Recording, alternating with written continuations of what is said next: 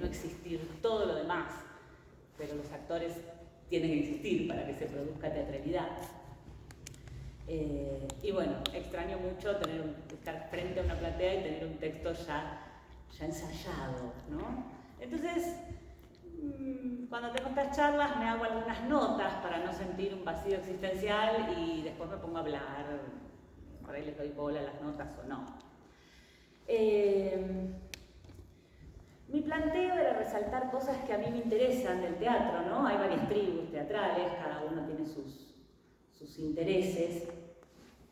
Y lo primero que quería pensar, que pensemos juntos, que me parece valiosísimo y esencial, es el carácter ritual que tiene el teatro. Los rituales arman comunidad. Son procesos comunitarios, momentos especiales en la vida de los pueblos que generan un nosotros a lo largo de los tiempos, ¿sí?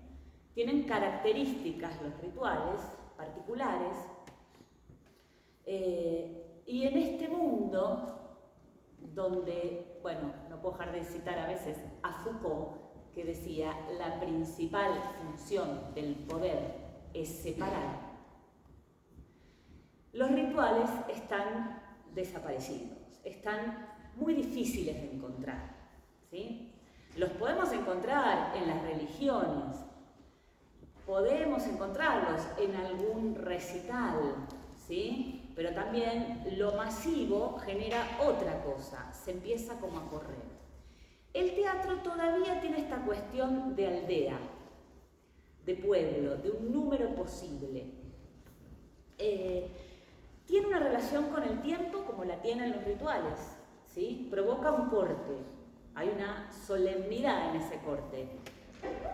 La solemnidad es simplemente un pasaje en donde comienza un tiempo nuevo, para eso nosotros entramos a una sala, ¿sí? Una de las cosas que a mí más me emociona del teatro y siempre me va a pasar es que me siento en un lugar con un montón de personas y la luz se va apagando. A mí ese momento me parece maravilloso del teatro, como una especie de portal de expectativa, otra dimensión, ¿no? Los rituales tienen esos gestos de entrada. Los actores también, ¿no? Son ritualistas. Cuando uno dice, hacen esas cábalas, son las cábalas, las cosas para entrar. Tienen que ver con rituales, que no tienen por qué ser serios, no tienen por qué ser carentes de humor. Porque el humor es parte del teatro. Porque el teatro pertenece a la banda de Dionisios, no a la banda de Apolo, ¿sí? Y el humor es fluido, es humus, el fluido, es lo orgánico, lo húmedo. Entonces la emocionalidad y la emocionalidad está unida, digamos, se produce cuando hay un organismo vivo. Entonces la risa, la lágrima, el llanto y la tristeza son parte de ese mismo, trabajan con la misma zona, digamos. Muchas veces un espectáculo que pretende ser dramático, triste, si se pone seco, se pone solemne, se pone seco, se distancia, no produce esa sensación. Nosotros necesitamos la empatía, ¿no? Ver a alguien en su ridiculez, en su fragilidad. Eso también es muy característico del teatro, ¿no? A diferencia de otras agrupaciones de gente donde lo que queremos ver es al ídolo perfecto, al que admiramos. Nosotros los actores no nos presentamos así, nos presentamos muy falentes, ¿no? Bueno, también esto, en los rituales los cuerpos tienen que estar presentes, no puede ser mediatizado. O sea que el teatro virtual es una ramificación, pero pierde esa esencia. Y yo creo que más que lo que pierde estéticamente, que ahí es como que empieza a jugar en otra liga y pierde con los lenguajes, ante los lenguajes audiovisuales, digamos, se queda chiquito, pierde del teatro su carácter de encuentro. Después, la vivencia de la repetición, ¿no? Nosotros hacemos miles de acciones repetidas todos los días, pero no le otorgamos significación, ¿no? Si cada vez que nos lavamos las manos le otorgamos una significación, un orden mágico, estaríamos medio enloquecidos. Bueno, en la pandemia estábamos medio enloquecidos. No, hay que hacerlo. Entonces, la repetición es en la actuación es con intención, no está vacía. La intención, puede ser divertirse, no tiene por qué ser una intención benéfica, espiritual o altruista. Puede ser tan solo la intención de lograr la diversión. Necesitamos darle al cuerpo una concentración, ¿no? Porque exige, es como que la actuación es también como una meditación en movimiento. Uno cuando actúa tiene una conciencia de su cuerpo enorme, de todo lo que está pasando, ha sido proyectado, ¿no? Cómo suenan las palabras, cómo se mueve el cuerpo. Eso genera, que el otro día hacíamos acá en la maestría un ejercicio, la repetición. Cuando uno quiere repetir igual, lo que tiene que hacer es conectarse con el infinito que hay en la repetición. Si ustedes hacen el simple ejercicio de querer repetir igual un gesto, si llevan la sensorialidad a ese gesto, a percibir las células, a percibir cada una de las intenciones que puede haber ahí, lo que encuentran es que no se puede, ¿no? Como dicen, es eso, realmente, ¿por qué cada función es única? Además del actante de que hay un público que va cambiando la función. Yo creo que si el público fuese igual, uno también cambia. Y el cuerpo está distinto. Entonces el actor debe estar vivo, debe estar presente en ese tiempo pautado de repetición. Eso también tienen los rituales, ¿sí? Muchas veces ya están huecos y uno va a una ceremonia religiosa y no siente que la gente está viviendo algo especial, siente que ya está vacío, ¿sí? Bueno, el actor trata de generar esa vida, esa situación única. Creo que el gran lugar para que el actor busque la emocionalidad no es ni en el contenido de la historia, que por ahí la busca en un momento para entenderla, para hacerse su mapa, pero después, cuando empiezan las funciones, y aparte en Buenos Aires las obras que funcionan suelen durar años. Yo sigo haciendo mi obra, que estrené en el 18 y voy a hacer otra temporada. Uno la busca en la emoción de esta actividad, en la emoción de estar frente a un montón de gente diciendo lo que se planteó decir. Más el caramelo de si uno escribió esa obra, ¿no? Ahí uno siente como una pertenencia, o si el texto me encanta, y si defiendo el material, ¿no? Eso lo facilita, si no es una tarea bastante más difícil, pero igual es el único camino cierto que tenemos, amar ese material y amar ese momento presente, es decir, ahora no puedo no estar ahí. Yo siempre pienso que el actor hace surf en el presente, se le mueve el tiempo. ¿Por qué? Porque como está pautado, tiene tanta conciencia de lo que va a venir dentro de 3 minutos que se le puede adelantar, ¿no? ¿Vieron la ansiedad de adelantarse a lo que va o de quedarse enganchado con algo, con un error para atrás? Entonces, siempre tengo que estar ahí, a esa hora, ¿no? Si me quedo enojado por el furcio que hice recién, estoy desaprovechando la hora. Eso es una gran lección después para llevarse en la vida, ¿no? Estoy enojado por lo que pasó allá y no estoy disfrutando lo que está pasando ahora. No, tengo que estar en el presente, Te lleva a eso. Bueno, entonces la relación con el tiempo es exótica. Y ahí empezamos a pensar en la filosofía, ¿no?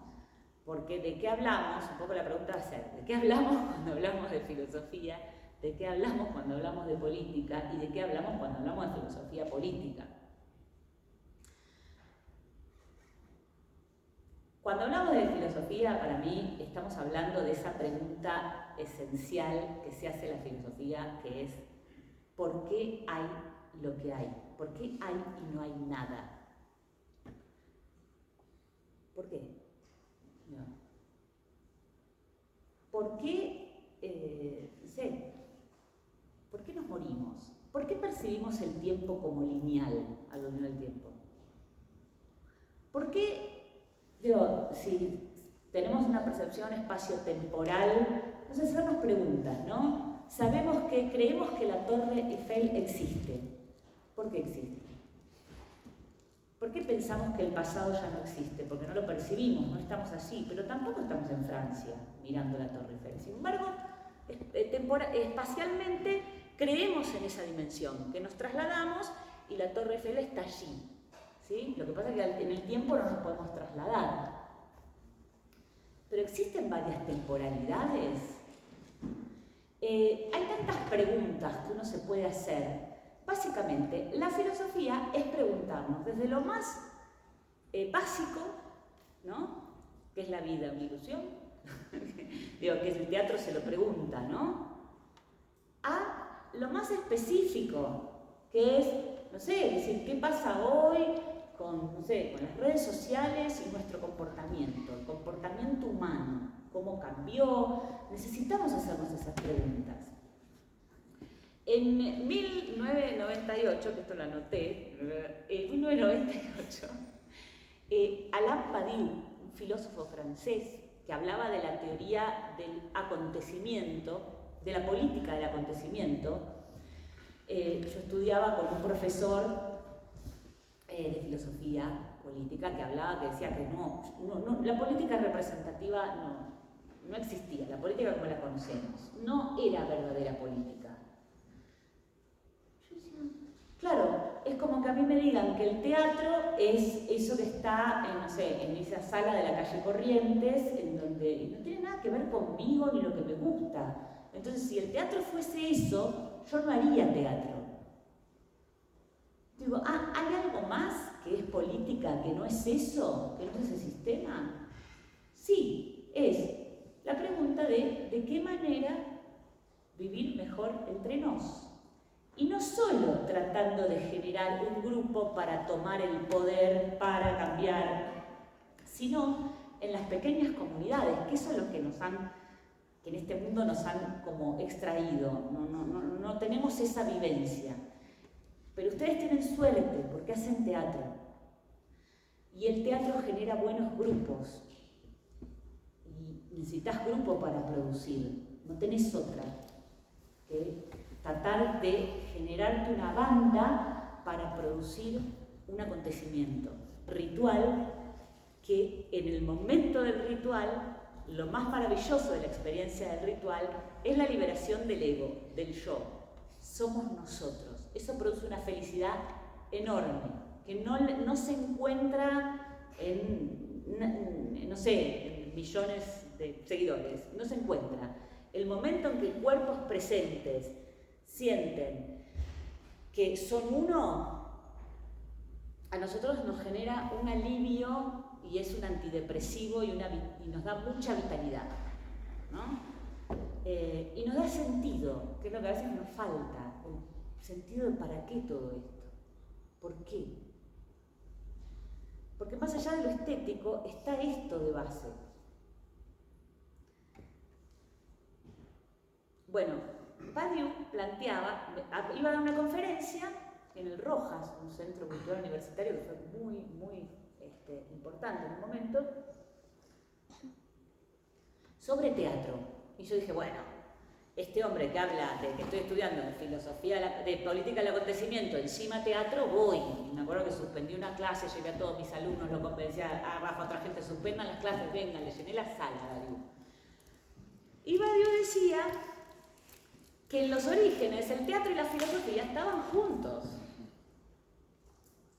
De hecho, la filosofía, la sociología, el psicoanálisis tomó del teatro muchísimo. Edipo, Electra, Efigenia, bueno, fueron tomados de ahí. ¿Qué pasa? Que esa arena pública en donde con humor y poesía la filosofía se presentaba ante una comunidad se había perdido. ¿Por qué? Digo, se fue escindiendo. Y decía que el teatro era el lugar en donde la filosofía tenía que volver a presentarse ante la comunidad.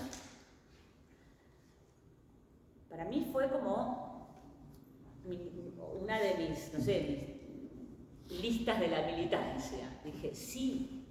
Pero no quiere decir esto que, ojo, que yo tome la obra de Kant para ser un señor que, viejo, pasen mucho el teatro español, ¿no? Que hacen como un teatro donde toman al personaje, hacen un monólogo que diría el personaje, con textos del personaje, y es como una cosa de divulgación, sino tratar de hacerlo teatral, no tomar contenidos específicamente filosóficos, sino, o tomarlos, no los tomo, hablo de la obra de Foucault para criticarlo un poco, pero sino eso, preguntarnos sobre el tiempo. Si yo, por ejemplo, si yo produzco una variación en la estructura de una obra, produzco variaciones sobre el tiempo, sobre la percepción del tiempo. Y eso ya es una actitud filosófica, porque empiezo a erosionar la red conceptual de la realidad que nosotros manejamos, ¿sí? Con nada encima, es precioso, con cuerpos en el espacio. Ese no necesitar tecnología también es una declaración de principios. La podemos usar, pero no la necesitamos.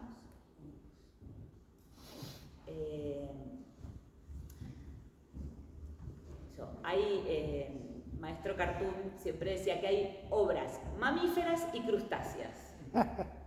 Las mamíferas son las que, como somos nosotros, ¿no? Que su estructura está en los huesos y está cubierta de piel, de músculos.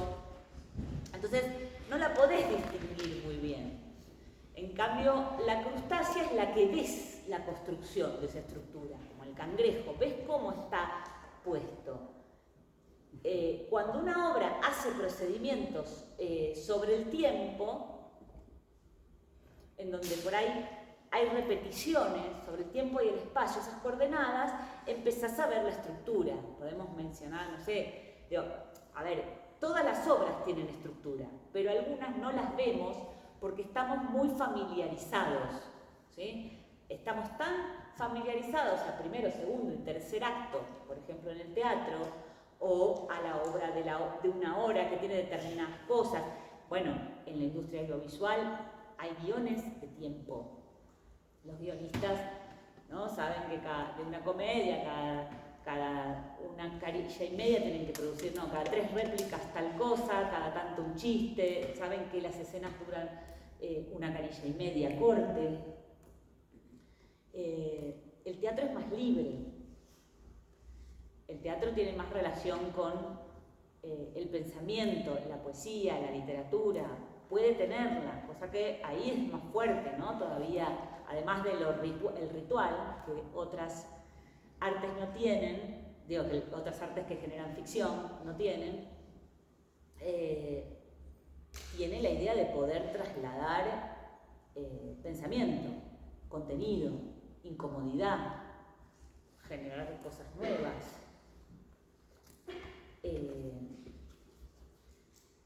Entonces yo, por ejemplo, no sé, si quiero contar la historia de una pareja que se divorcia y pongo 2 personas hablando entre sí, por poner un ejemplo, ¿no? Bla, bla, bla, discutiendo, entonces veo cómo va la decadencia en un tiempo lineal, ¿no? Una obra que se va desarrollando en tiempo lineal hacia un final.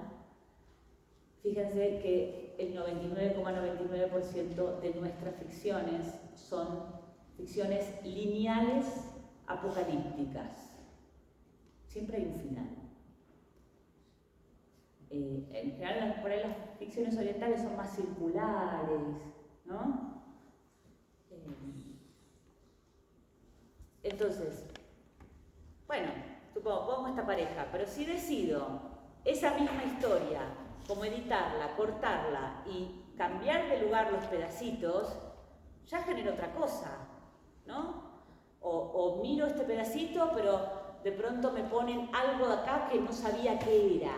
Y digo, ah, no, estoy con ella, estoy con él, no sé, por poner una tontería. Ahora entendí, me faltaba este punto de vista.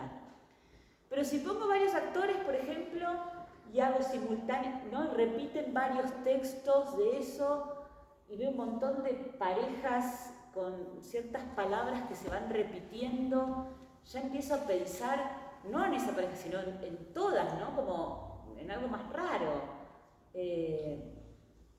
Y empiezo a percibir el tiempo. Al percibirlo empiezo a despertarme. Despertarme del yugo de Cronos, lo llamo yo. Cronos que es el reloj, Cronos. Lo lleva hacia la muerte, ¿no? Se come a sus hijos. Los griegos tenían 3 tiempos. Tenían Cronos, pero antes, antiguamente, estaba el Aión, que era el tiempo donde estaba unido el cielo y la tierra. Y era un tiempo eterno, no había ningún problema. Tampoco pasaba nada, ¿no? Es difícil narrar sin conflicto, ¿viste? Quiero narrar el bien. Bueno, no sé cómo se narra el bien. Bueno, no pasaba nada. En un momento había como una unión, había como el Aión, era un tiempo que como que unía el cielo y la tierra. Tienen un hijo que es Cronos, corta esa relación, ¿sí? Y como es paranoico, se empieza a comer a sus hijos, ¿no? Los hijos de la vida, de la tierra, empieza como a comer. Y hay uno que está representado, que se llama el Kairos, que está representado por un joven al lado con unas zapatillas como con alas y un cucurucho en la cabeza, pelado y un cucurucho en la cabeza. El Aión es un tiempo mágico. El Kairos, perdón. Porque cuando aparece el Kairos, uno percibe, se conecta con el Aión. Se detiene el yugo de Cronos. Y eso también hacen los rituales. Y eso es el enamoramiento también. Y eso es cuando se produce una muerte. Uno llega a la percepción de otro tiempo, ¿no? Dice que cuando veas a Kairos, lo agarres del cucurucho para que no se te vaya, dura unos instantes quizás. Porque si lo dejas pasar, si dejas pasar la oportunidad, fuiste. No lo puedes agarrar, es alado. Me fui un poco por las ramas, pero... ya no sé ni qué es esto. ¿Qué me falta hablar? De política, ¿no? Bueno, puedo comentarles un poco lo que a mí me pasó también con Pundonor. Pundonor es un monólogo de una profesora de sociología que da una introducción a Michel Foucault, que es un sociólogo que habla sobre la sociedad disciplinaria. Yo lo que quería cuando construí este monólogo era resolver uno de los problemas del monólogo más grande, que era que en general el monólogo es débil de presente escénico. ¿Qué pasa ahí, en ese momento? En general todo ya pasó en el monólogo, todo ya pasó, es alguien que te cuenta. Y el teatro necesita la ilusión del presente, de que algo está pasando ahí ahora. Porque si no, se vuelve melancólico y el teatro es fiesta. Por más que queramos denunciar lo que queramos denunciar, debemos ser festivos. Esa es mi opinión. Porque ahí contagiamos. ¿No? Como si uno quisiera, como si un evangelista dijera, miren, pongan música porque ahí se engancha más la gente. Bueno, entonces quería que algo le pase en presente. Entonces la profesora viene a dar una clase muy nerviosa, un teórico gigante, y uno se va dando cuenta por cómo hablan los alumnos que tuvo un incidente y que no anduvo muy bien. Entonces, en vivo, en esa clase, ella empieza a dar explicaciones sobre lo que le pasó y empieza a cuestionar lo que ella enseñó. Empieza a cuestionar, porque Foucault dice que ese poder que todos reproducimos, el poder no es una cosa que está ahí, vamos a atacar el poder, jaja, no, está en todos lados, nosotros lo reproducimos. Son los modos de comportamiento.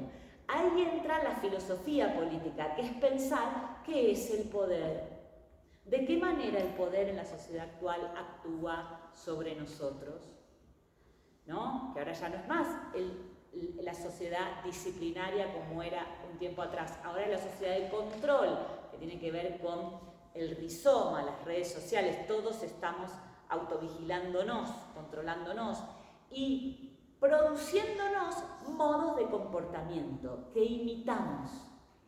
Somos más sapiens, somos sapiens, somos bonitos, ¿no?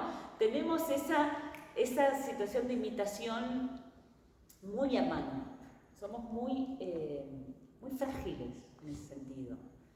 Y a veces reproducimos comportamiento de manera inconsciente. No pensamos que lo normal que es para nosotros, cuán anormal era en otra época. No pensamos.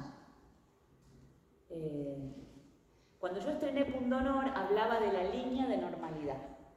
Hablaba de, bueno, a ver, yo les voy a explicar cómo la línea de la normalidad cambia. Cambia con una guerra, ¿sí? Con una peste.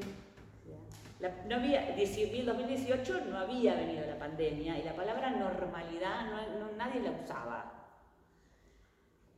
La hice en el 19, en el 20 vino la pandemia, empecé a hacer funciones con la gente con barbijo y era de una angustia ese momento. Antes el momento pasaba de una guerra, con una peste, y agregué, bueno, tranquilos, porque era muy angustiante. Y la gente empezó a entender mucho más cómo la línea de la normalidad te puede cambiar rápidamente. Nosotros dentro de un cotidiano bastante instaurado no la tenemos. Pero bueno, por eso sirven también mucho los viajes, ¿no? Es decir, pará, esta cultura tiene estas costumbres. Eso es lo normal para ellos, ¿no? Entonces el teatro ayuda a liberarse de esas red conceptual, de esos modos de comportamiento y ponerlos en cuestión. Es un pequeño lugar de laboratorio, no un laboratorio de humanos, de comportamiento humano, donde pensamos cosas éticas también, qué está bien, qué está mal en esta situación, ¿no? Y siempre de una manera piadosa, compasiva. No tenemos la verdad.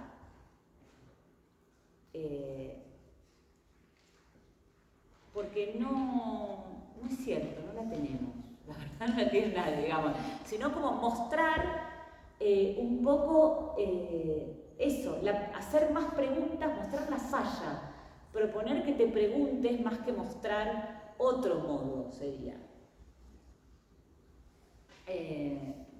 No hay que evangelizar a nadie, sino simplemente producir esa novedad.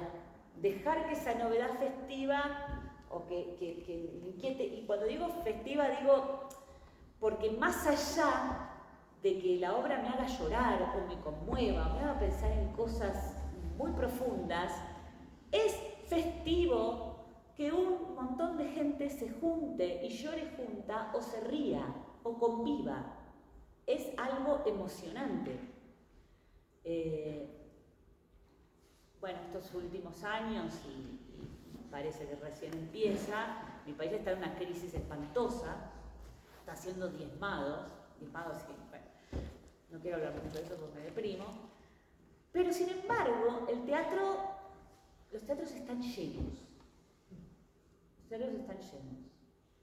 Eso es maravilloso. Eso es algo que realmente si pueden venir a verlo como fenómeno cultural, es muy hermoso. Los cines no, están vacíos. No es que todo. Pero hay como mucha necesidad de la gente de juntarse. Y cuando yo veo que gente de mi ciudad es como o lo que sea, de cualquier lugar, se ríe junta o entiende algo, me parece que el mundo es mejor, no sé, creo más en la humanidad, un poco más feliz, lo necesito estar en contacto con eso. Creo que el público también, y cuanto más vas al teatro, más querés ir al teatro. En general eso pasa, por lo menos en mi ciudad, donde además la gente suele hacer un curso de teatro. Una de las grandes, grandes enganches es que la gente grande o cualquiera van a talleres de actuación, hay muchos talleres de actuación, ¿no? Entonces se conectan con ese lugar de juego.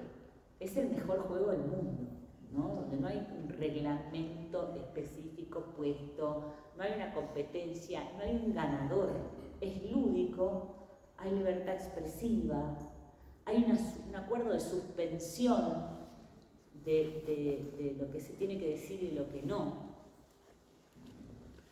Hay un abandono del ego. El ego es una cárcel, produce sufrimiento, mucho sufrimiento. Nunca alcanza. Lo que produce un poco de liberación es ese nosotros. Es sentirse parte de algo en donde no tenés que estar sosteniendo una identidad.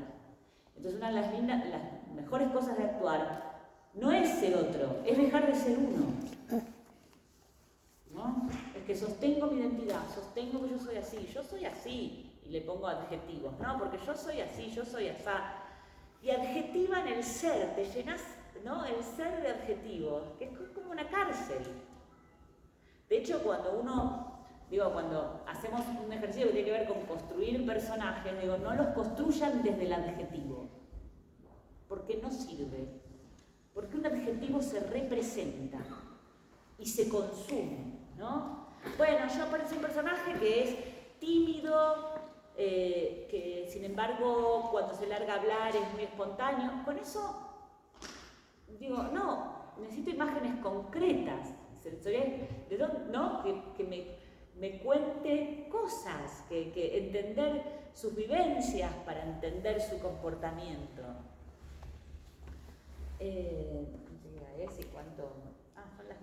Bueno, no sé, podría seguir, pero si quieren, háganme preguntas o cuéntenme cosas, lo que quieran, como para seguir hablando, pero por ahí más en relación a qué cosas les resonaron, porque tiré un montón de cosas así y por ahí.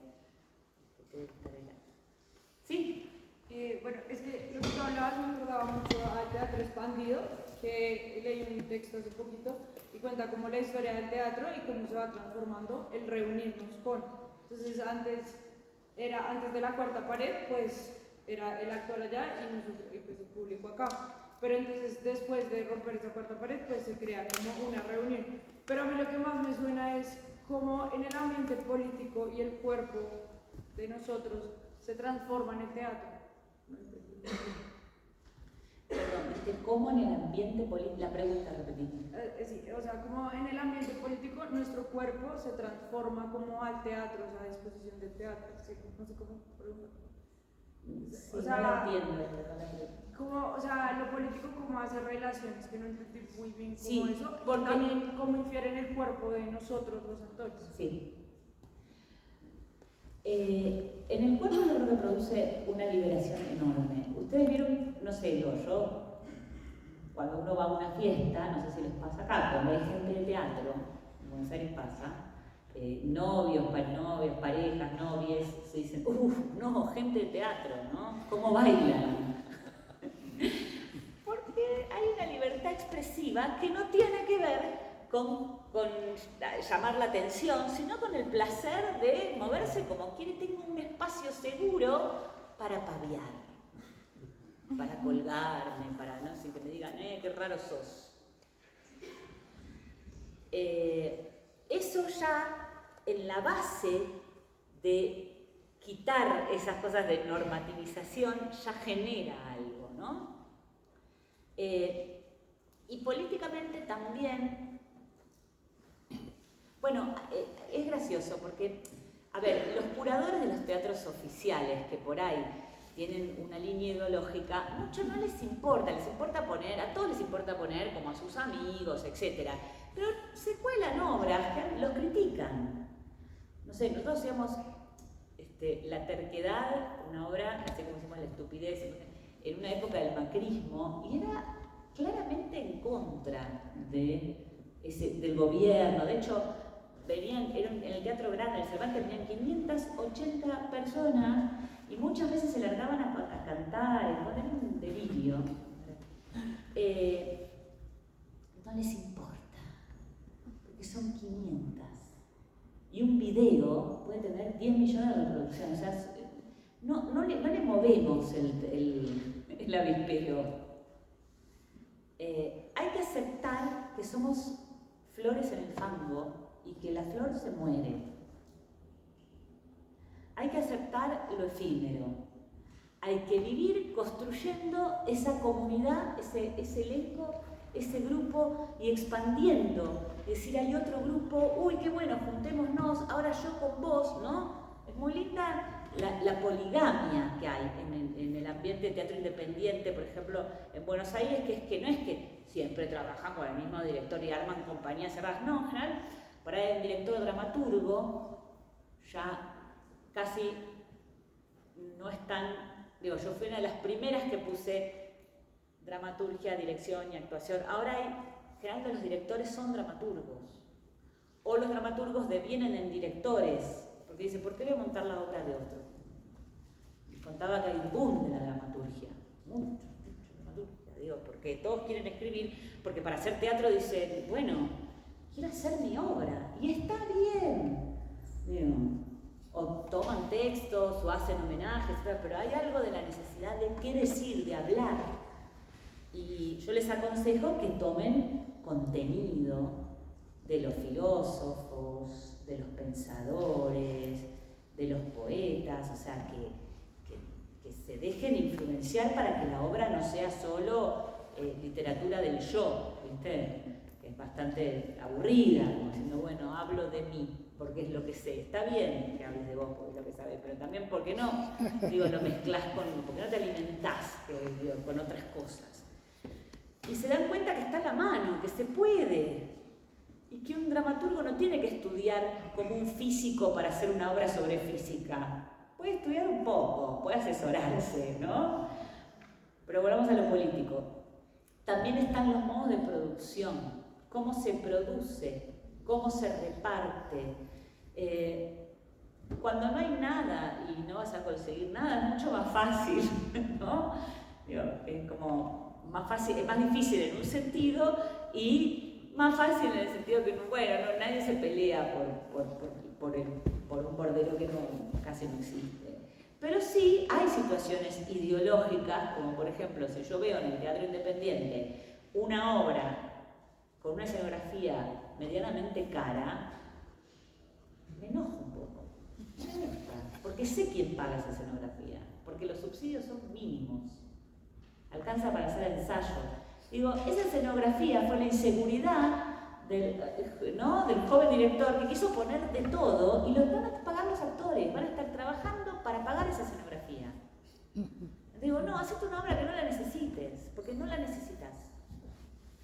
Está bueno pensar cómo, de hecho hay un ingenio, porque yo tenía un alumno que tenía una compañía que llamaba Las Rojo Accidente, y que hacían unos lugares, en un lugar pequeño que era mágico, con nada, con basura, con plástico, y se juntaban los fines de semana a trabajar y a armar esos espacios. Y era de una felicidad enorme. Y no había gasto real muy fuerte de dinero, entonces uno adhería a eso. Político también tiene que ver con el trato. ¿Cómo nos tratamos? No se aprende nada del sufrimiento.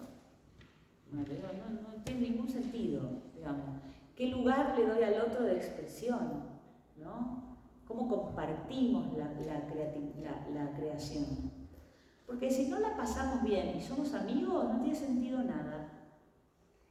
Sería como un planteo básico. Si no tenemos el planteo, no me interesa.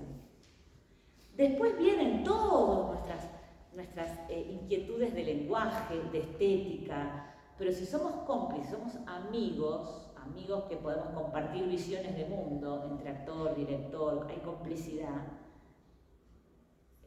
no hay esa tensión, ¿no? Por decir, ¿por qué voy a estar en mi tiempo libre yendo a un lugar a ensayar donde hay una tensión rara y hay alguien preocupado? No es así, ¿no? Entonces ahí también, porque yo me baso en esta idea de amorosidad entre las partes, entre este grupo, es que es política la decisión. Es como si fuera, bueno, sí, es la decisión de un trato generoso, agradable, de una complicidad, de una amistad, de un buen diálogo, es político.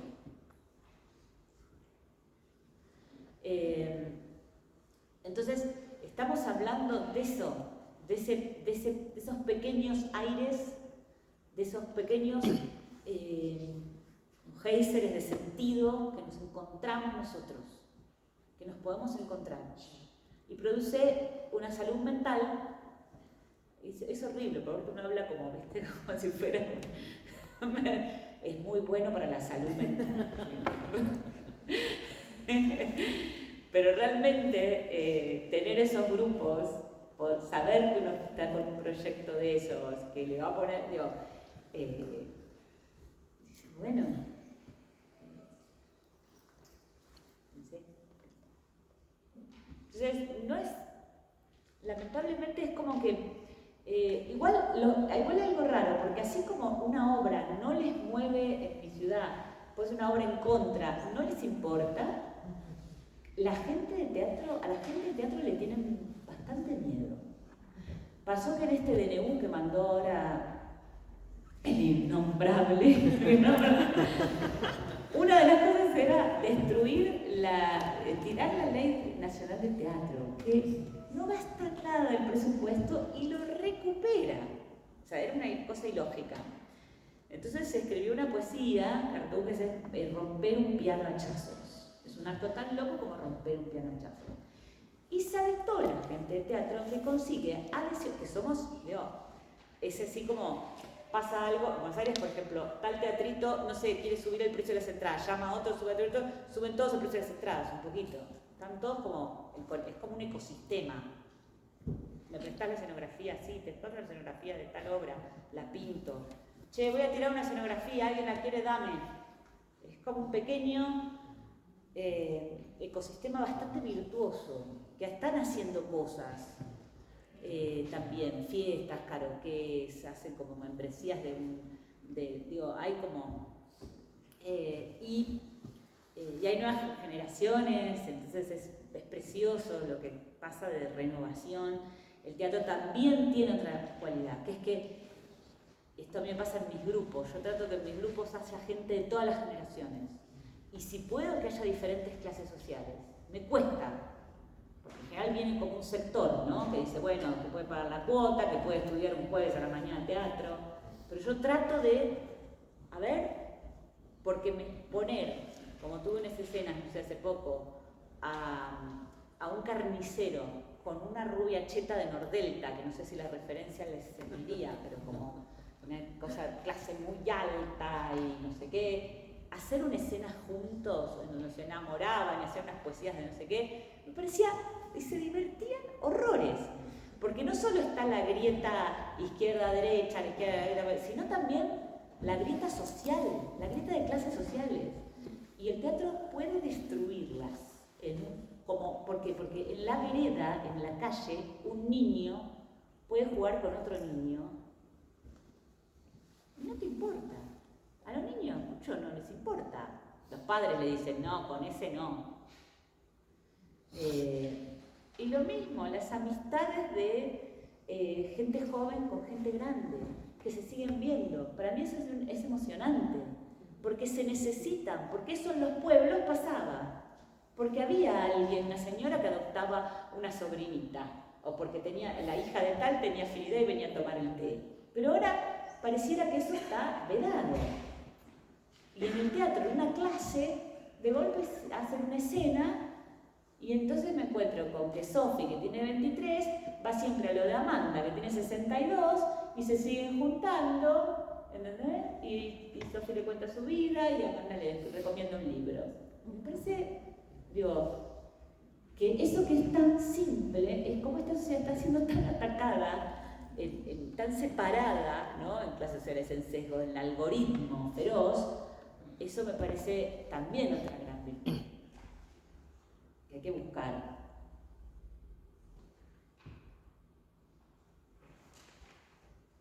¿Sí? Quisiera preguntarte acerca de lo que dijiste, de no construir el personaje del adjetivo para no caer en representación, sino hablaste como de las vivencias, hablaste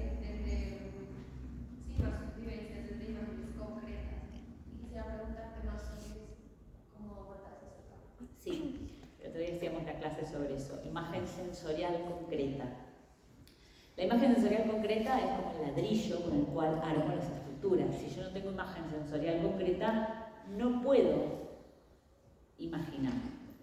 Entonces digo, bueno, entonces ¿cómo hacer? Uno dice, bueno, no sé, a ver, algo que yo pueda ver, ¿no? Un maestro con guardapolvo blanco y pañuelo palestino en una bicicleta frente al portón verde de un colegio. Lo veo, ¿no? Lo describo. O el olor al agua de mar en las fosas nasales, también lo puedo sentir. A partir de esos ladrillitos, ¿no? Puedo construir. Con el adjetivo no puedo imaginar. Entonces yo hago un ejercicio que tiene que ver con, les pido que hagan 3 personajes que no van a estar en situación, o sea, realmente el personaje es el que está imbricado en una situación, sino que van a traer a contar no solo una historia de vida, sino un saber. Entonces tienen que plantearse estudiar 3 cosas para venir a contar sobre esas 3 cosas y charlar sobre eso. Y hacernos creer que saben de eso. Y es buenísimo, porque se puede, al principio, pues están preparándolo un tiempo. Pero decir, bueno, ¿qué te interesó siempre? ¿No? Bueno, puede ser que alguien sea fanático de, no sé, de Luis Miguel. Bueno, pasó uno que contaba la historia de Luis Miguel y cómo Luis Miguel estaba muerto, era una especie de conspiranoico y sabía todo de él. Y cuando con tanto nivel de detalle, y además ahí ya te interesaba, pero vos con quién vivís. No, yo ya me separé. Entonces, claro, la mujer lo dejó porque está loco, ¿no? Entonces, venía a demostrar que yo. Así también gente que no sé, que estudió sobre diplomacia. Entonces, ¿cómo es un diplomático en cada país? Y desea pasar por una diplomática. Porque por ahí tiene un pariente. Entonces digo también, saberes de otros lados, porque el teatro, si solo estudia teatro, genera hijos bobos. Entonces hay que estudiar otras cosas. Si yo quiero ser dramaturgo, tengo que pensar qué temas me interesan. Me interesa la historia de Colombia en tal época. La voy a estudiar mucho, voy a ver cómo hablaban y voy a ver cómo es esa literatura. Me voy a meter y con eso lo voy a traer, me lo voy a apropiar, ¿no? Me interesa, no sé, un baile, la especificidad de un baile. Voy a decir, bueno, ¿cómo es? Voy a poder hablar, y el lenguaje, cuando yo hablo con consistencia de algo, genera una ilusión enorme. Decís, me interesa, y con eso produzco la disociación, que es mágica, porque es la creación de algo nuevo. No es pan con pan, es otra cosa. Es un sándwich nuevo. Bueno, más o menos, por arriba te contesto, pero te lo amplío. Pero un poco por ahí. Yo tengo una pregunta. ¿Cuál es la diferencia entre la política y la actuación? ¿O con qué se relaciona? La política y con la actuación. En la manera que desde la actuación vos puedas comprender cómo una persona también es en su situación, no es solo es, ¿no? Vas a tener otra mirada, vas a ampliar tu capacidad de, bueno, eso, de compasión, de poder vibrar con el otro. Si vos tenés que ponerte en la situación de una mujer que asesinó algo a otra, algo que no estarías de acuerdo en nada, pero ¿qué tiene que hacer el actor? El actor no puede juzgar a esa persona, tiene que padecer con esa persona, tiene que entenderla, tiene que pasar por el momento de justificarla,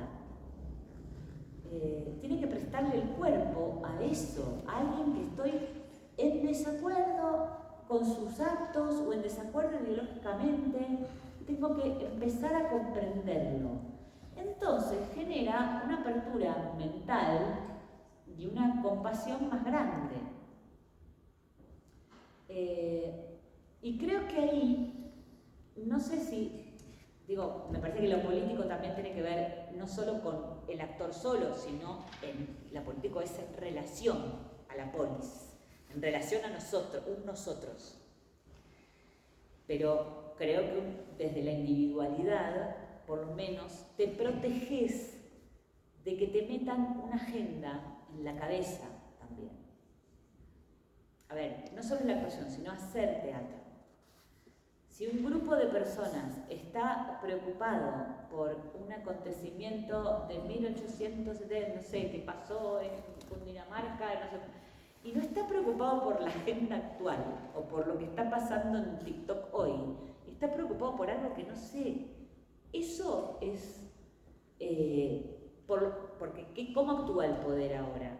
El poder te dice, el poder pues somos todos, ojo, no estoy diciendo el poder como un malo que está ahí.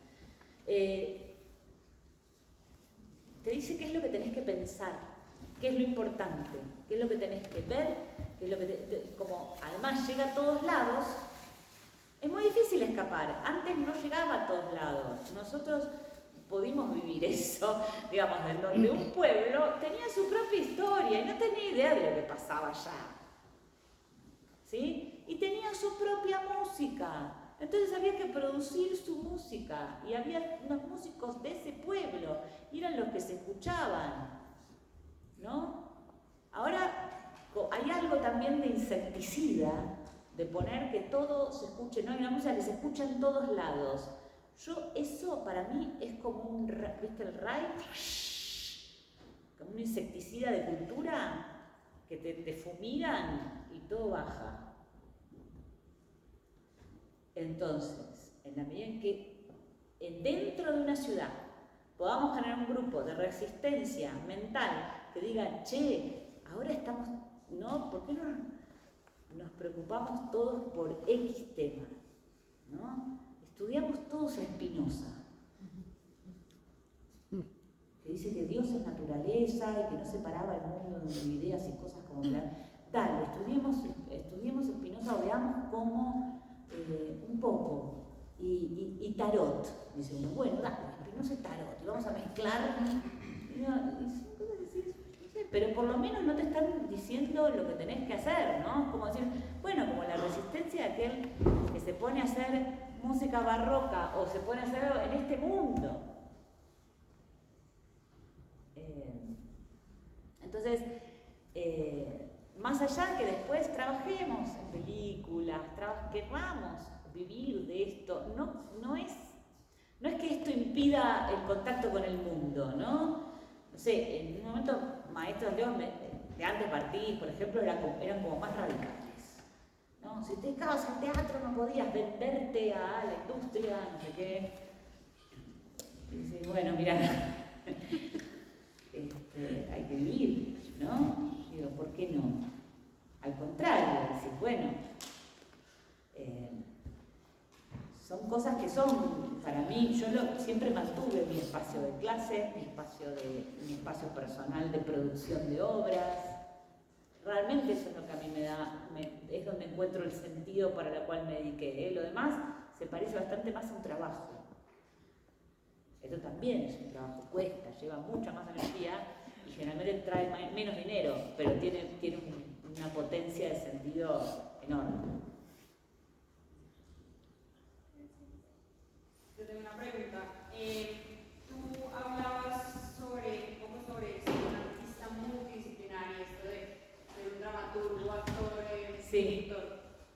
Y a mí, más que una pregunta de cómo se hace esto, es un poco mi interés por conocer tu experiencia personal y cómo uno como un actor de formación o lo que sea puede quitarle como ese puesto al dramaturgo, porque creo que es una cosa que personalmente a mí me da mucho miedo. Yo como al dramaturgo o al director en un puesto muy grande. Entonces, ¿cómo fue tu experiencia personal para quitarle como ese esquema? Yo empecé en este estudio tan mentado, el Sportivo Teatral, y varios estudios de teatro, y sigo trabajando con una metodología que tiene que ver con eso, que es que producimos nuestras propias escenas, obras breves. Entonces vienen dramaturgos, directores, actores, gente de cine, novelistas, pero todos actuaron. Todos. A partir de ahí tengo consignas de actuación que llevan a la escritura. Bueno, pero cuando yo empecé había que producir escenas, como sea. Después de la dictadura vino un teatro donde no había autores ni directores y eran bandas de actores que improvisaban locamente. Tomaban poesías, eran muy punkis, muy fuertes, subían al escenario a decir textos raros, fragmentos, hacían humor, quedaron como una generación muy paradigmática y después se volvió al autor. Pero entonces, hice esas cosas, tuve mucha suerte porque mi primera obra fue una obra escrita con un compañero que la escribimos los dos, ganamos una Bienal de Arte Joven y entonces hubo que llenar una ficha y sin pensar, yo estudiaba letras, después de ahí me pasé a dramaturgia.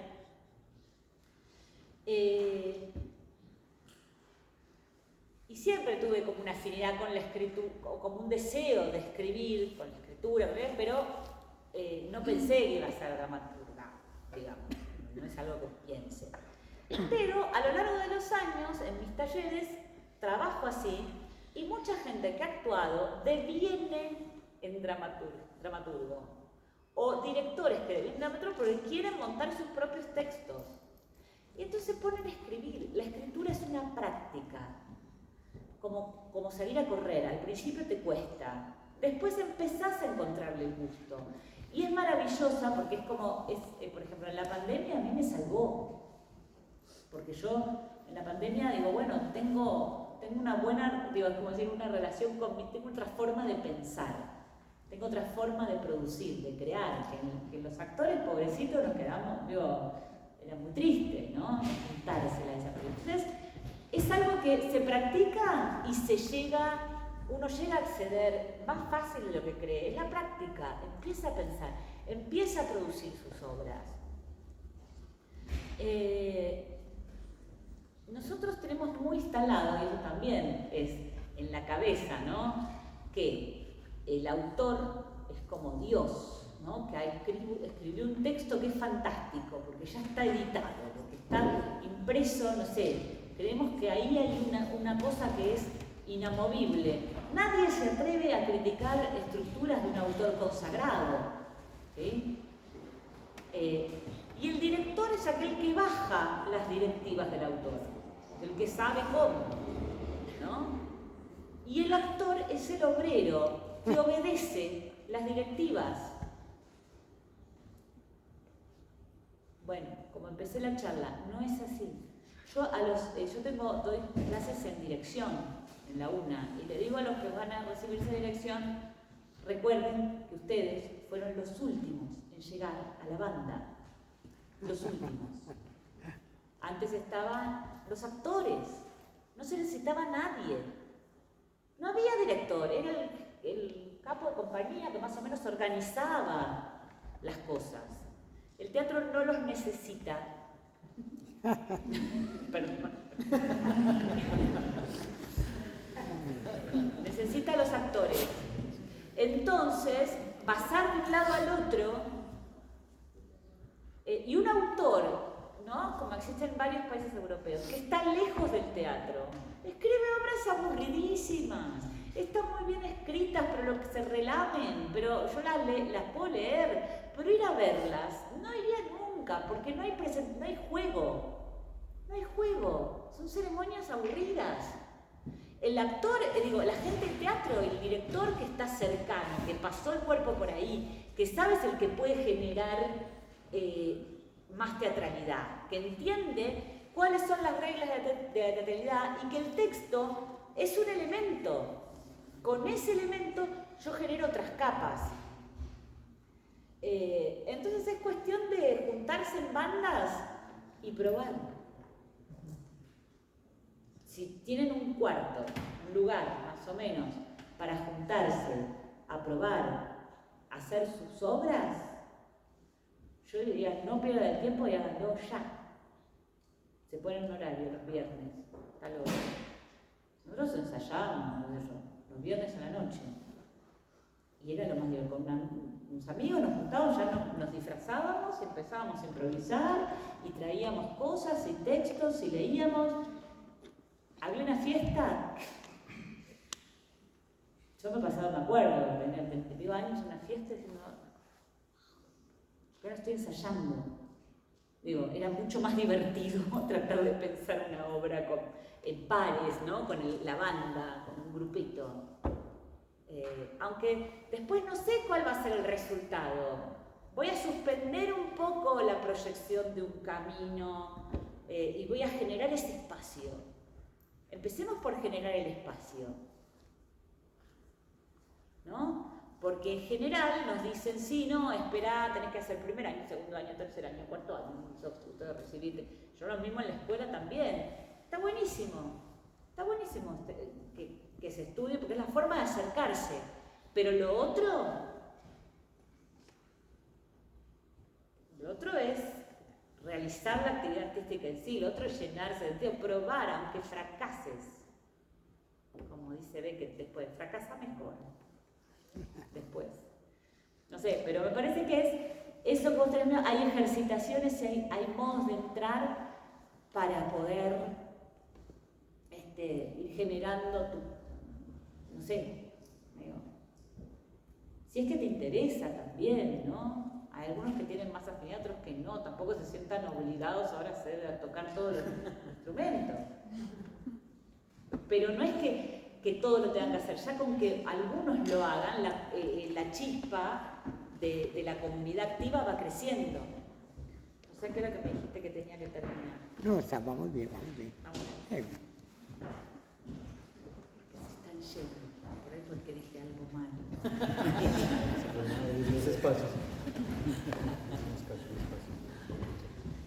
Preguntas. Yo tengo otra pregunta. Digamos, tú hablas de que en Argentina los teatros se llenan. Digamos, ¿cómo podríamos llegar a ese logro? Siempre han estado llenos. ¿Cómo se mueve todo ese marketing en el teatro en Argentina? Porque siento que acá es muy diferente. Lo que tú decías, hay mucho por escribir, pero no hay nadie que haga. En cambio, acá al actor le toca ser creador. Como, por decirlo así, suplir varias necesidades, ya que hay falencias en el grupo. Pues siento yo en Colombia, no sé si todos lo perciban así, pero entonces, ¿cómo se mueve ese marketing en Argentina para que se llenen los teatros? Es que viene de una tradición, ¿no? Primero. Son muchos años y yo creo que empieza con que en la ciudad vos ves teatritos y ves gente y uno se quiere sumar. Hay mucha escuela de teatro o talleres sueltos de maestros, que no es que hay un cronograma de estudios. Vamos, es como si yo, vení, vamos a jugar, ya. Entonces te entras en un grupo donde hay actores buenísimos con otros que recién empiezan. Hay como entonces eso genera como un... ¿no? Entonces bastante gente hace teatro, o sea, los jóvenes hacen teatro que después no se dediquen a eso, pasan por ahí. Entonces saben que ahí hay una situación de salida especial. Entonces ya desde chicos van, a teatritos, ¿no? Donde hay adolescentes haciendo teatro, jóvenes, gente grande, digo, se van moviendo. Y se fue generando eso, digamos, donde la gente habla de obras de teatro. Bueno, hace poco venía una chica chilena, una productora que siempre, mucha gente se emociona, porque yo sé que no es normal, porque he viajado y sé que eso que pasa en Argentina es muy especial. Por suerte continúa, yo no sé cómo, pero por suerte continúa. No tenemos nada ya, no hay muchos subsidios, la gente lo hace. Y aún gente súper profesional que afuera viaja y la aplaude de nuevo, pues va y lo hace y decís, con tal bolero y con suerte se fue a cenar. Pero eso no es una condición, digo, sí, podemos quejarnos, puede haber, pero no se vive como algo tremendo, se busca de qué vivir. Entonces también el teatro se alimenta de que hay médicos, pediatras, contadores, abogados, digo, psicólogos, no sé, maestros, gente que trabaja de cualquier otra cosa. Y están. Pero no sé cómo, no hay una fórmula, digamos. Por eso me parece que lo más grande, lo que se puede hacer es hacerlo felizmente y esperar el contagio de esa situación, esperar que convoquen, por eso hablo de la fiesta, porque algún grupo, la alegría convoca, cuando algo está bien te llaman, ¿no? Querés ser parte.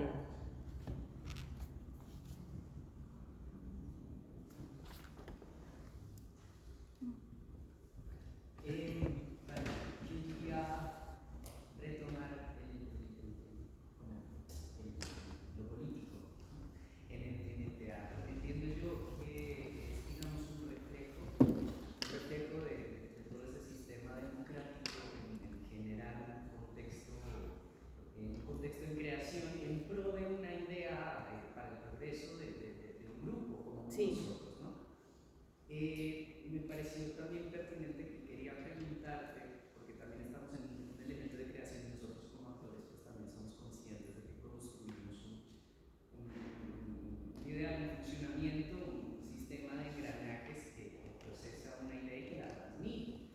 También en pro del bienestar, no solo el bienestar, sino del impulso de la obra, ¿no? En cuestión. Hay un elemento relativo que es el público, cómo es en colaboración con esa construcción política, democrática y esa construcción teatral de creación. El público, que es relativo, es cambiante, es diferente, varía dependiendo del escenario, la ciudad, el contexto cultural. ¿Cómo hace parte de ese engranaje político? Y yo creo que en ese momento también tenemos el público, aún en el teatro comercial, pero si vos tenés 500 personas que lanzan una carcajada a la vez, hay algo de unión que también está funcionando. Que eso no sé, digo, si pasa, bueno, sí pasa también en los recitales, ¿no? Cuando todos cantan algo juntos, no tanto en los masivos, porque digo, es como la masa es otro territorio, no somos de la masa nosotros. Pero sí, me parece que el público, bueno, es clave, aparece después, pero es clave, y es el gran invitado, ¿no? Sí. Creo que en ese sentido también es el que puede defender la actividad, ¿no?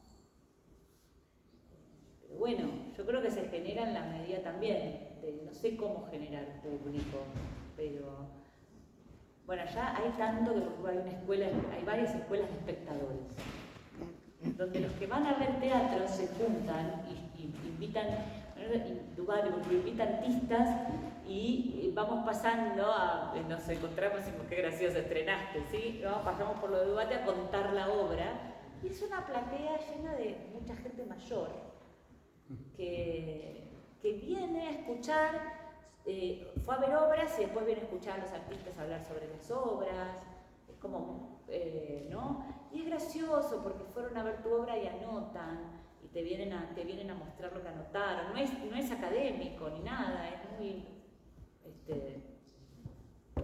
pero bueno, sí, es todo un proceso, es una resistencia, y mientras menos hay, más difícil es, porque vos, como ves al otro, te contagias, decís, es por acá, sí, hagamos esto, te erotiza, te lleva, te pone una vara, ¿no? Decís, mirá qué bueno lo que están haciendo estos, ¿no? Es como que hay un diálogo que genera una sinergia interesante.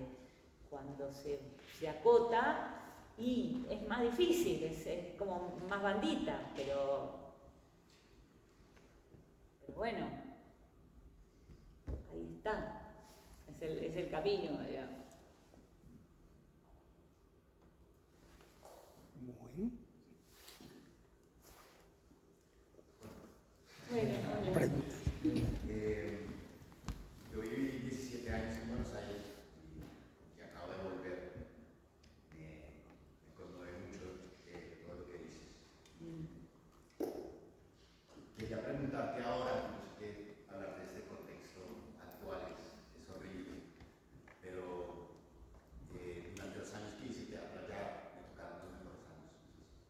Con Macri en medio, pero los mejores años. Y ahora, pues con mis amigos, los grupos que todavía están allá, creo que la angustia pasa en que ahora inclusive juntarse y sostener esta tribu y ir a una sala independiente y saber que la entrada va a costar un precio que quizás nosotros mismos no podemos pagar. ¿Cómo se resiste ahora estos 4 años, por lo menos? Y vamos a ver. Por lo pronto salió como el Rottenberg, que es como un productor teatral de los más, digamos, como comercial, no sé cómo decir, de grandes producciones, y que va a Mar del Plata, que es una ciudad balnearia donde el atractivo más que el mar es el teatro. La gente va a veranear, gente de las provincias, a una ciudad muy bonita, con el mar, pero que se llena, y el teatro es noticia. Y dijo que el teatro no iba a aumentar. Entonces se hizo toda una cosa con todos los productores. Bueno, los actores comerciales ganan menos, todos ganan menos, pero la movida publicitaria fue: el precio de las entradas no aumenta más que esto. Y fue gracioso porque no saben que... no lo puedo nombrar, te juro. La novia de Milei es una imitadora, muy detestada por la tribu teatral, se llama Fátima Flores. Es una rubia que digo muy así de TikTok, es buena imitadora, imitaba a Cristina Kirchner, y subió el precio de las entradas. Claro, que es la novia del presidente, está llena su espectáculo, subió el precio de las entradas. Y salió la noticia, no sé qué, y la hicieron llorar y bajó el precio de las entradas. Aún con un presidente que aumenta todo, o sea, sus adeptos que le van a que paguen más. ¿Por qué? Gracioso. Pero bueno, no sé qué va a pasar, no sé. Pero no sé, lo importante es que no se, cada vez que se muere un espacio es tremendo. Que eso viene pasando. Cada vez que se cierra una sala es un dolor porque es un espacio de la ciudad. No tenemos riquezas naturales. No sé, esta ciudad tiene, vos te das una hora y estás en una montaña, tenés un lago, tenés unos árboles espectaculares, nosotros somos pampa. Viajás 4 horas, es lo mismo. Llegás al campo y es campo. No hay nada más aburrido que el campo. Entonces sigue. Entonces estamos como encerrados, pero a mí me parece que por eso también. Es una linda ciudad, pero es muy difícil estar en contacto con la naturaleza. Tenés que hacer un esfuerzo bastante grande, o tener mucha plata y estar en una quinta, Entonces hay mucha gente que está el fin de semana en la ciudad, necesita, entonces por eso nos encerramos en cajas negras a hacer locuras, me parece. Entonces cada vez que una salita de esas no puede sostenerse, está pasando, es muy doloroso. Como así, se pierde un ecosistema.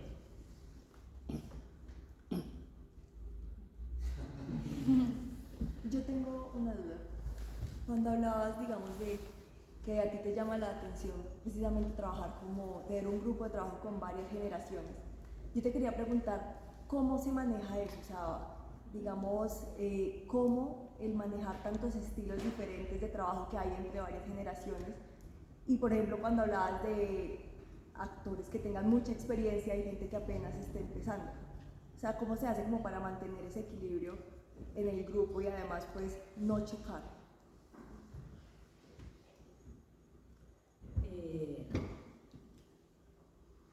No sé, para mí es un planteo ya hace tanto que mis grupos tienen esa característica que ya ni sé cómo lo hago. Primero que a todos los trato de decir, vení, pasás un juego, no pasa nada. Sobre todo lo que quiero no es que se sienta mal el que actúa bien, sino que no se sienta mal el que nunca ha actuado. Y esperás. Si esperás, ya va a suceder. Y hay veces, hay clases fundantes donde sucede, ¿no? Y es hermoso, donde algo le sucedió a alguien. Y vos decís, te diste cuenta de esto, ¿no? Pero nada, no. Y lo de las generaciones sucede solo. Es más, se agradece, y como se empieza con ejercicios como nuevos, cada cual, bueno. Y después cada uno arma su propia aventura. Después de esas ejercitaciones, cada uno arma su lenguaje y se consigue una pequeña bandita dentro del grupo para armar, ahí sí hay afinidades. Entonces por ahí sí, los que son nuevos se quedan en medio entre ellos, alguno tuvo la suerte que lo llamaron para algo, pero se va como regulando solo. Bueno, creo que ya estamos. Bueno, Están ahí todos.